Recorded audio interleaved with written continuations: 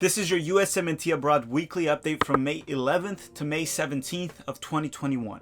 Hi, if you're new here, this is our weekly series where we update you every Monday on how USMNT players did abroad in the previous week. But wait. The season's about to end. So this is officially the last episode of this season. Yes, not completely, but it's the last episode of this season. We'll return with this series specifically in August. Obviously, there's a lot of USMNT content coming up. Next Monday, we will do a USMNT live stream abroad so we can talk about how the players did this season, just quickly summarize it during a live stream. So don't miss out. Next Monday night, we're going to be doing a live stream on the USMNT abroad. All right, with that said, for this episode, the one question I have for everyone is, where is Sebastian Soto? What is going on? This guy was one of the top 5 center forward prospects we had, and all of a sudden we don't even know what he's doing, and apparently he's in California. So next week we're going to have the live stream for the USMNT Abroad. If you enjoy this type of content, make sure to hit the like button, subscribe to the channel, and hit the notification bell, as subscriptions apparently don't mean very much on YouTube anymore. So do that right now. And a special thank you to OneFootball, OneSoccer, whatever you want to call it, app for helping this channel out by sponsoring it and providing some valuable information at the app as match trackers, highlights, a bunch of stuff. Great source for anything soccer related. So there's a link down in the description for a free download. Make sure to click it. You'll be helping the channel and yourself very much. And honestly, you're going to love this app. And eventually we're going to get them to change their name to OneSoccer. Even though OneSoccer apparently it's a Canadian company, but OneFootball is a lot better. Guys, go download the link on the description. Thank you very much. Let's start the episode.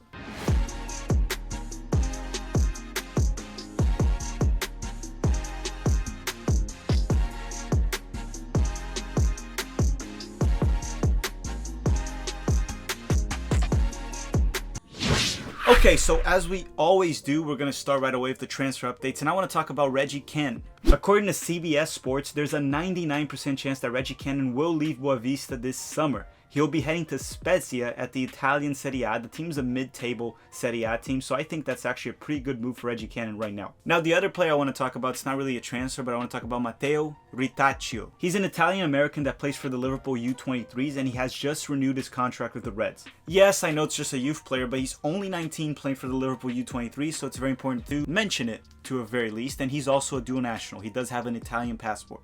So unfortunately, we also have to report on sad news, and Nick Tidegui, one of the USA top prospects a few years back, he was with Schalke and he's only 22 years old, and he had to announce his retirement due to a back injury. It's very unfortunate. We wish him the best of luck. Hopefully the USMNT community can show all the support for him as well. Hopefully his life goes on normally. Hopefully the injury is not that bad in regards to his day-to-day life, but unfortunately he had to retire from soccer at a very young age due to the back injury. Now let's go to the performance updates, and let's start with our main star, Christian Pulisic. On Wednesday, Pulisic started and played a full 90 minutes for Chelsea at their 1-0 loss to Arsenal. Not a good result, as they currently sit in 4th place in the Premier League, still fighting for that Champions League spot, only 1 point ahead of Liverpool. In regards to the game, Christian Pulisic did okay. He can definitely do better. We've seen it. We know he can. He only got 1 out of 6 dribbling attempts through, but his passing was on point, hitting 94% of his passing. Okay, now on Saturday, he had the FA Cup final, and Christian Pulisic started off at the bench against Leicester. He came into the game at the 68th minute for Ziyech, a little after Leicester had just gotten a beautiful goal.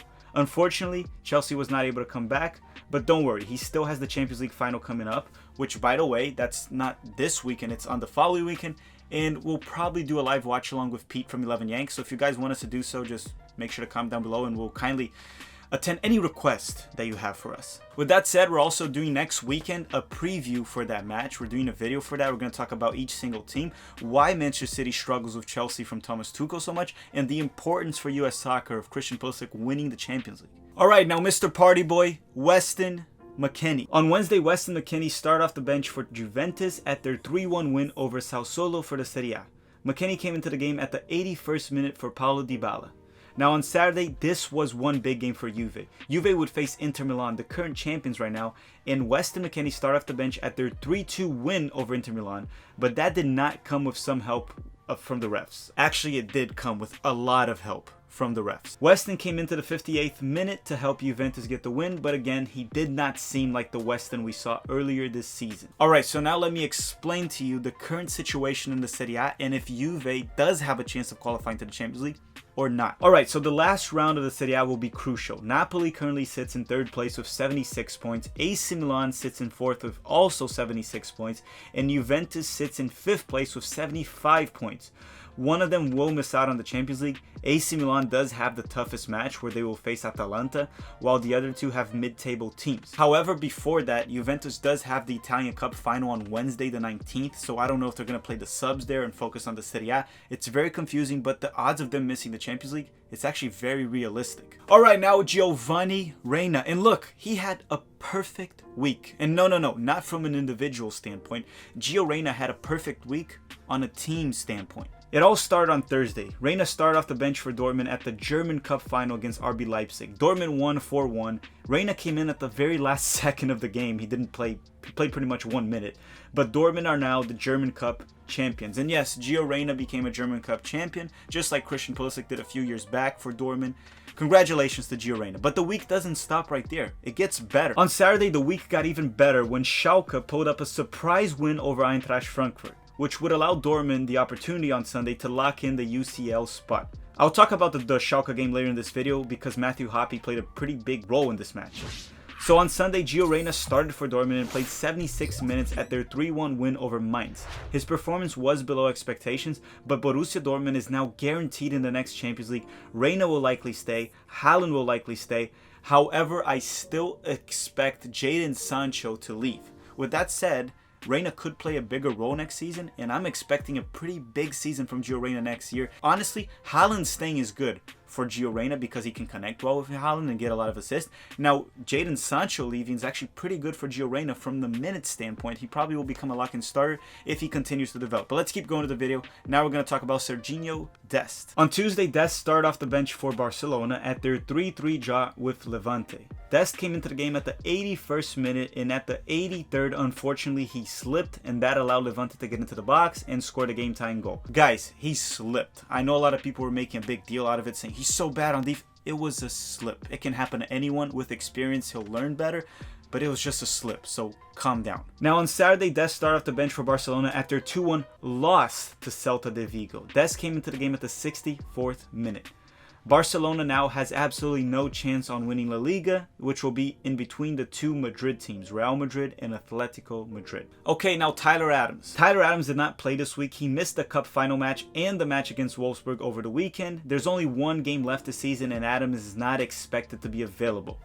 So he's injured at the end of the season, unfortunately. I still expect him to be fine for Nations League based off reports, but right now we don't know. There's no timeable on his return. He's likely done for the season with Leipzig, but I'm expecting him to be good for the first week of June. Okay, now we're going to go by positions, and if you haven't already, hit the like button. If you don't like Jason Kreis, this has been working wonders for the channel. So if you don't like Jason Kreis, make sure to hit that like button. We're going to go by positions now. I'm going to start the goalkeepers, and there's honestly one goalkeeper to talk about only, which is Zach Steffen.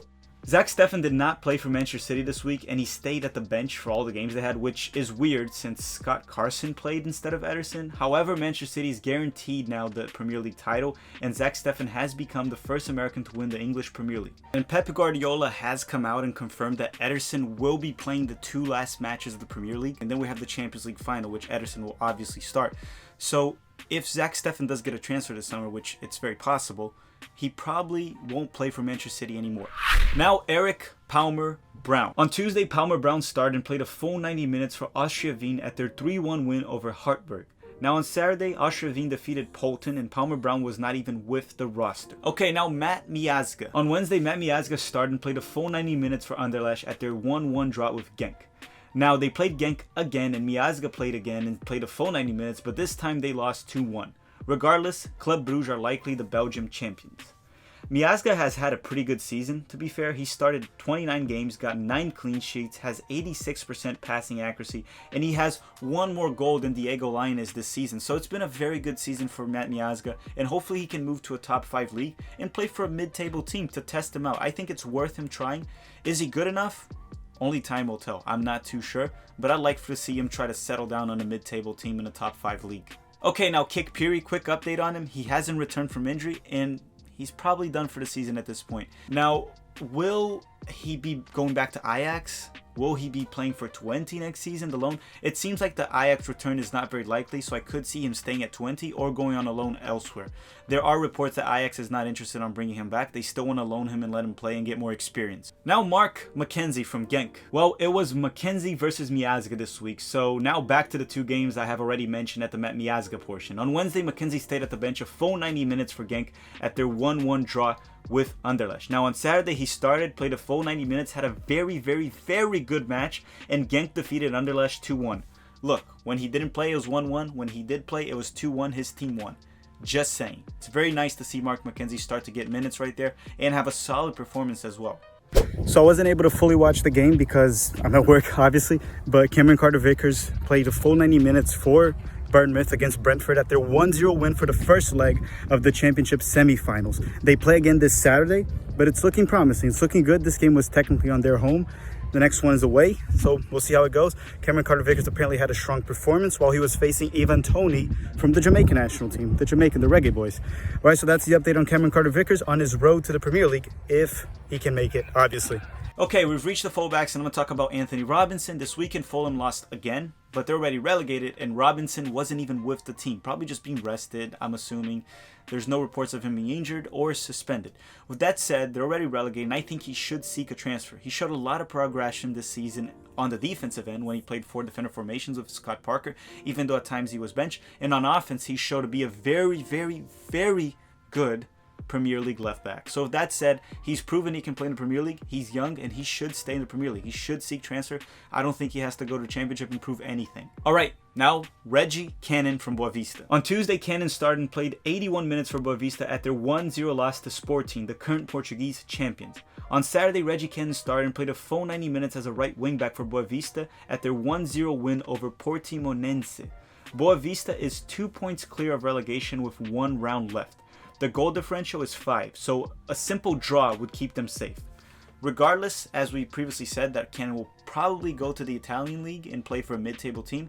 I would much rather see that, him playing a top 5 league at a mid-table team, than a team fighting for relegation at the Portuguese league, which honestly, besides the top 3 teams, it's not that strong of a league. Okay, now Brian Reynolds from Roma. Roma had 2 very tough matches this week, one against their rivals Lazio and the other one versus Inter Milan. Reynolds stayed at the bench a full 90 minutes for both of those matches. For the last match, Roma won't really have much to fight for besides try to hold off the 7th position, which they can even with a draw, so maybe we'll see Reynolds get some minutes. However, for next season, we do have Jose Mourinho coming into town, and I do have some worries in regards to if he'll play Brian Reynolds or Brian Reynolds will just sit at the bench for the whole season. But that's for the next season, American Abroad, not right now. Now let's go to DeAndre Yedlin. On Wednesday, Yedlin started and played a full 90 minutes for Galatasaray at their 4-1 win over Denizlispor for the Turkish League. On Saturday, we had the last round of the Turkish League. Yedlin started and played the first half only for Galatasaray at their 3-1 win over Yeni. Sadly, Galatasaray finished in second, tied in points with Besiktas. They lost by a 1-goal differential. 1 goal only. That 1 goal, you know, if they had scored, not 1 goal, if they had scored 2 more goals this season, they would have probably won the Turkish League, believe it or not. With that said, still congratulations to DeAndre Yedlin. Great campaign, great move that he had by leaving Newcastle, and we'll likely see him throughout the summer. Probably in Gold Cup, not Nations League. If you guys missed out our Gold Cup video, we do talk about how Yedlin could play in the Gold Cup and probably even start. That said, go hit the like button, subscribe to the channel if you enjoy this type of content. Don't forget to hit the like button. If you dislike Jason Christ, hit that like button. Let's keep moving forward now with the midfielder. Now Yunus Musah. On Wednesday, Yunus Musah started off the bench for Valencia at their 1-0 loss to Sevilla. Musah came into the game at the 82nd minute, and in limited minutes, I liked what I saw from him. He played a more offensive role than he normally does for Valencia, and I think he did pretty well, to be honest, even though it was only around 10 minutes that we were able to watch him. Over the weekend, he was not with the Valencia roster at their 4-1 win. With 1 game left in La Liga and them fighting for absolutely nothing, I would assume and hope Yunus Musah maybe starts and plays a full 90 minutes, but Who knows at this point? Things are very confusing. That's what I hope for next weekend. Quick update on Johnny Cardoso. He continues to just sit at the bench for Internacional and not get many minutes. He did miss preseason, and they have a new coach. He missed preseason due to the Olympic qualifiers. So there's another reason for you guys to hit the like button if you dislike Jason Christ right there. So with that said, he hasn't been getting minutes. Hopefully he can pick up very soon.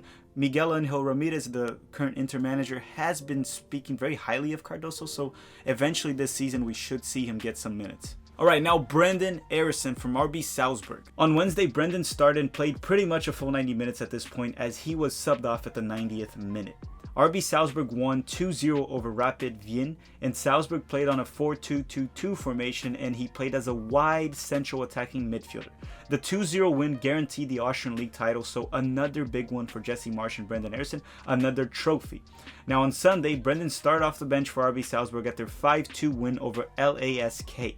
Brenden came into the game at the 72nd minute when the game was already 5-1. So in this very short period of time at Salzburg, Brenden has played 19 games, started 14, got 5 goals, 3 assists, 2 trophies. Things are looking very good for him.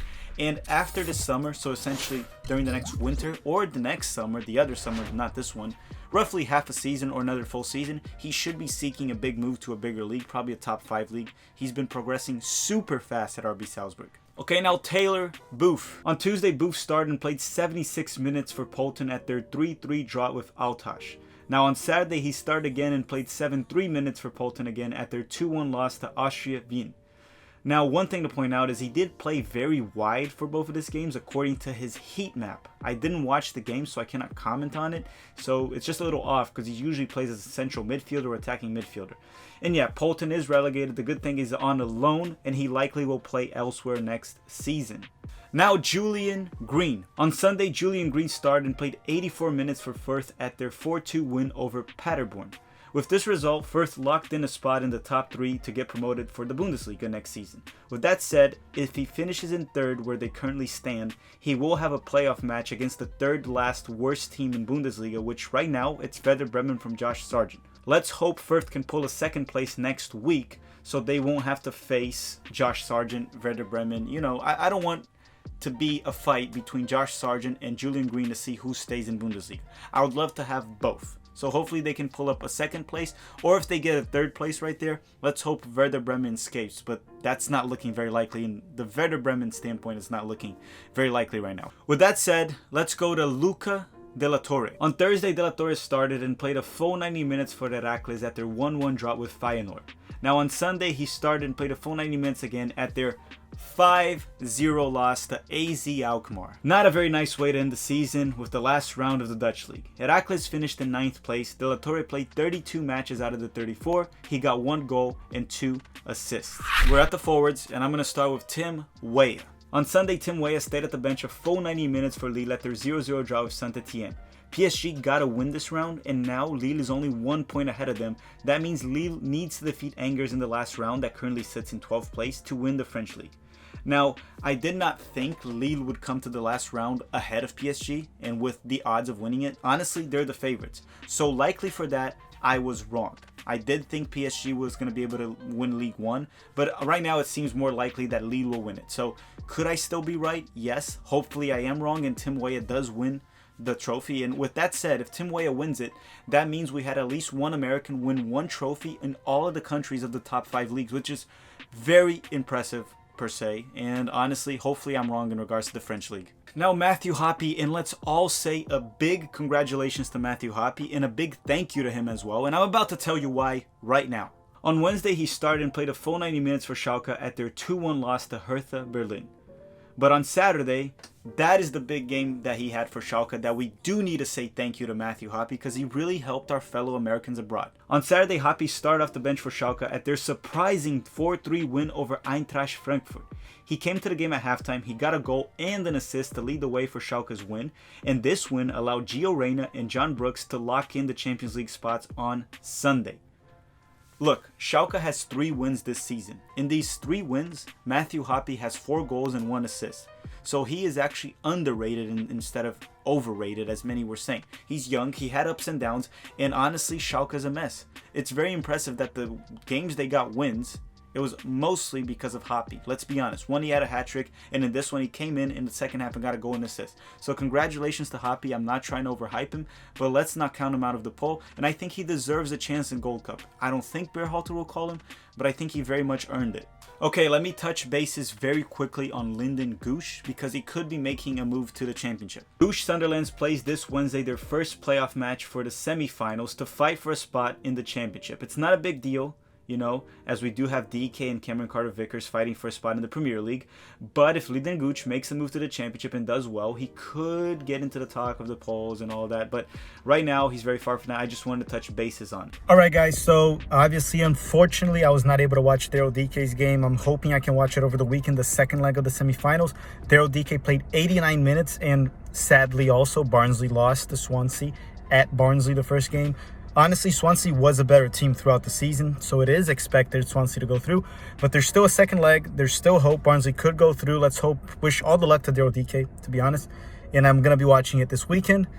Unfortunately, it wasn't today. 1-0 Swansea, and Barnsley starts behind on the first leg of the championship semi-finals. Now, Josh Sargent. On Saturday, Sargent started and played a full 90 minutes for Werder Bremen at their 2-0 loss to Augsburg. And honestly, Sargent plays anywhere for that team besides the center forward position. They are currently at the playoff relegation zone, as I mentioned earlier in the video. They have one round left, and things are not looking good for Werder Bremen and Josh Sargent this season. Even though I don't think he's the one to be blamed alone, he's been doing actually fine. But he does have a little bit of blame, let's be honest. He's part of the team. I think he deserves a move, but let's hope Werder Bremen can stay in Bundesliga, and maybe he can stay next season and perform very well with the team, if that's even possible. Okay, now let's talk about Siebatcheu. On Tuesday, Siebatcheu started, played a full 90 minutes, and scored a goal at Young Boys' 2-0 win over Vaduz.